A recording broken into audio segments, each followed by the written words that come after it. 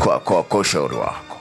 Kwa ushauri, yeah. Sehemu ya kuwekeza kwa mama inategemea na malengo yake yeye huyo mtu, kwamba ana malengo gani. Kwa hiyo kabla ya kuinvest huwa nawaambia kwamba tambua malengo yako. Ukishatambua malengo yako, pata elimu. From there utaamua sasa nikawekeze wapi. Okay. Yeah. Wewe unashauri wapi? Na najua mpaka benki kuu na kuthibitisha kwamba wewe tunakupitisha, basi utakuwa unasema sehemu salama, mimi kwa ushauri wangu sehemu salama kawekeze pale kwa njia 1, 2, 3. Nunua vipande, nunua dhahabu, nunua kachimbe madini, nunua vizimba vya kufuga samaki na kadhalika.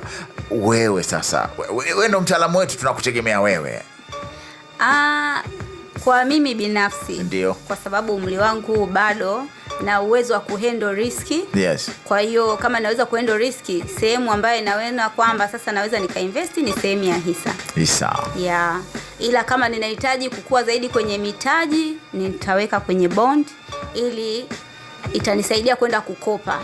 Baada ya kukopa niweze kuendeleza biashara zangu na vitu vingine. Kampuni gani unashauri kununua hisa, au wewe umenunua hisa za kampuni gani, za shirika gani? Sasa hilo siwezi kusema kwa sababu unaweza ukawa unaharibia biashara za watu.